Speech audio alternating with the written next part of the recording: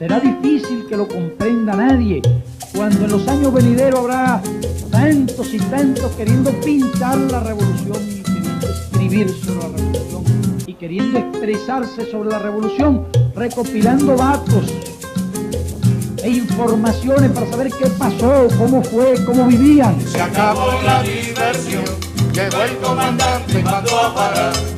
Se acabó la diversión, llegó el comandante y mandó a parar.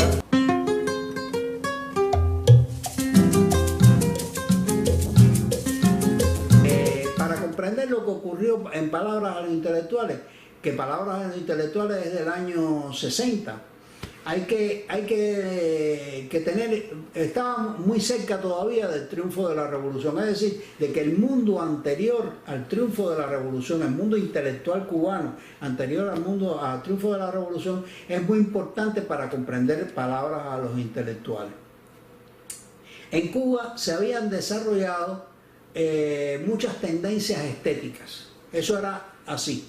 Había muchas tendencias estéticas desarrolladas que venían desde el siglo XIX, y esas tendencias estéticas se nucleaban alrededor de liceos, alrededor de revistas, alrededor de instituciones culturales que se iban agrupando según tendencias estéticas, que a veces eran tendencias estéticas totalmente contrapuestas y que se detestaban entre sí, es decir, que no tenía nada que ver con la política, o tenía también que ver, pero muy poco, con la política. Lo fundamentalmente era el concepto de la creación, de cómo se concebía la creación.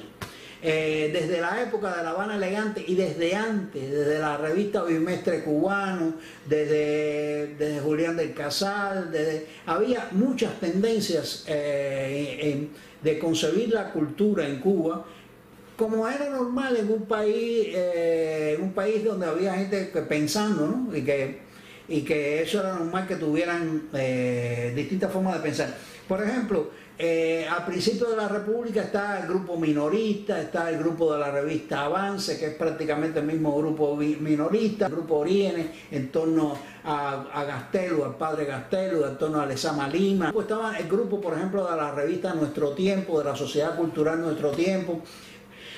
Pero el concepto estético de Orígenes era un concepto totalmente distinto al concepto estético de la revista Avance o de ¿cómo se llama? o de Nuestro Tiempo. En Nuestro Tiempo se desarrolló más hacia el cine, es decir, tenía un grupo muy, muy importante de cine, donde estaba Titón y toda esa gente, estaba también Alfredo Guevara, eso eran de la gente de Nuestro Tiempo.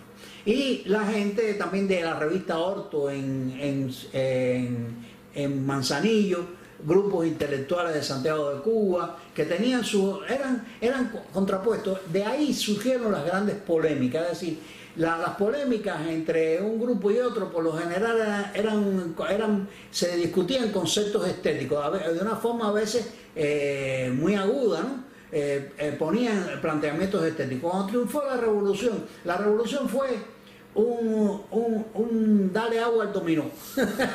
Aquí todo es nuevo, porque estaban también, por ejemplo, los grupos como el grupo de Proarte Musical, el grupo del Liceo de La Habana, el grupo de la Sociedad Artística y Literaria, había muchos, que algunos como eran absolutamente apolíticos, desaparecieron y quedaron ahí sus instituciones como Proarte Musical con el Teatro Amadeo Roldán, etc. Quedaron ahí un poco a la espera de que quién la tomaba. Entonces, la revolución fue esa palabra que a mí me encanta tanto de la popularidad cubana, que es manigüiti, es decir, fue un manigüiti.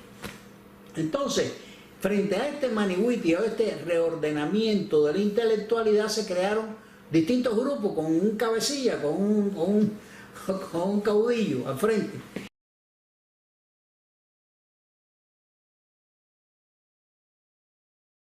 El primero que empezó la polémica para decir la verdad y la verdad fue Guillermo Cabrera Infantes.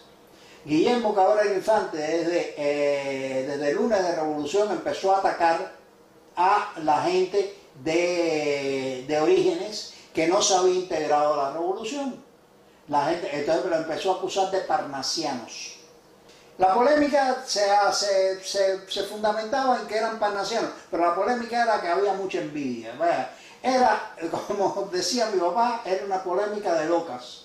Y perdónenme las locas. No es que, pero era la verdad, era como la gente le llamaba en aquel momento, porque voy a utilizar el lenguaje de aquel momento. Eso no tenía nada que ver con ¿cómo se llama? Con revolución y con comunismo, absolutamente nada que ver. Eran las mismas rencillas y polémicas que había de antes que siguieron ahora. Y como se habían creado esos grupos de poder, la cultura se había repartido como quien reparte que corta un cake, y este pedazo es mío y este otro pedazo es mío, y así era como estaba distribuida la cosa. Cuando se le ocurre a Sabá Cabrera Infante, porque el documental PM, amigos míos, si no hubiera habido este problema, nadie se recordaría de PM, porque más malo como documental no puede haber. Es una bobería. PM no tiene, eso no pasaría a la historia de ningún lado. PM fue el escándalo que hubo en torno a PM. Y PM provocó que Alfredo Guevara creyera, porque ese fue el problema de PM, que como era un documental hecho fuera del ICAE, Alfredo Guevara creyó que le estaban quitando parte de su torta. La parte que le tocaba en la torta se la estaban quitando, y entonces se sintió que debía defenderse. Y le dieron una implicación política a algo que no tenía en el absoluto implicación política.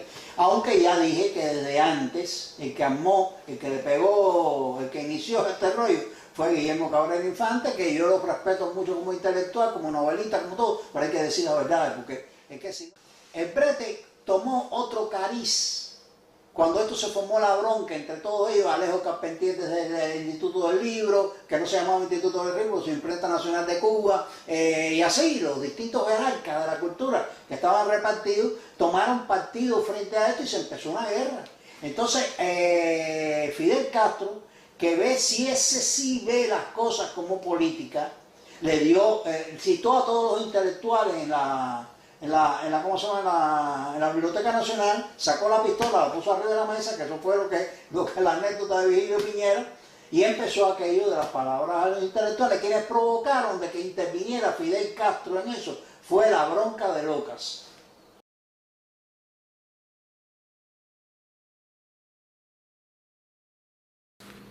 Es decir, y ahora hoy en día se presentan como si hubieran sido todos héroes de la lucha contra el comunismo, cuando esto no tenía que ver ni con lucha, ni contra el comunismo, ni con absolutamente hay algo que yo me pregunto. ¿Por qué el tema este más interesante para mí? La anécdota de PM para mí es intrascendente. Sí. Eso no. Pero ¿por qué es interesante para mí? Porque para mí hace una disección de las dinámicas de la cultura cubana. Es decir, yo creo que eso todavía nos está paralizando hoy día. Y es estas guerritas y tratando de inflar un fenómeno donde no lo hay. Y bueno, precisamente para autojustificarse. El problema es que, oye, porque todo tiene, es decir, aquellos polvos trajeron estos lobos. Empezó por rencillas que venían desde hace muchísimos años, desde antes, venían esas rencillas, y que las empezaron como un brete. Fue un brete. Fue un brete. Ahora, el brete dejó de ser brete cuando se metió Fidel Castro. Pero ¿quién provocó que se metiera Fidel Castro? Los breteros.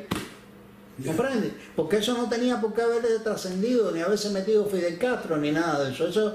Si se hubieran actuado de una forma más madura. Porque claro, ellos no se dieron cuenta del monstruo que tenían delante. Eso es verdad. Eso pues, podemos hablar de que el monstruo de Fidel Castro lo sobrepasaba todo. Pero eso fue lo que pasó también con la República, cuando la gente apoya la revolución. Y en eso llegó Fidel, y se acabó la diversión. Llegó el comandante y mandó a parar. Y se acabó la diversión. Llegó el comandante y mandó a parar.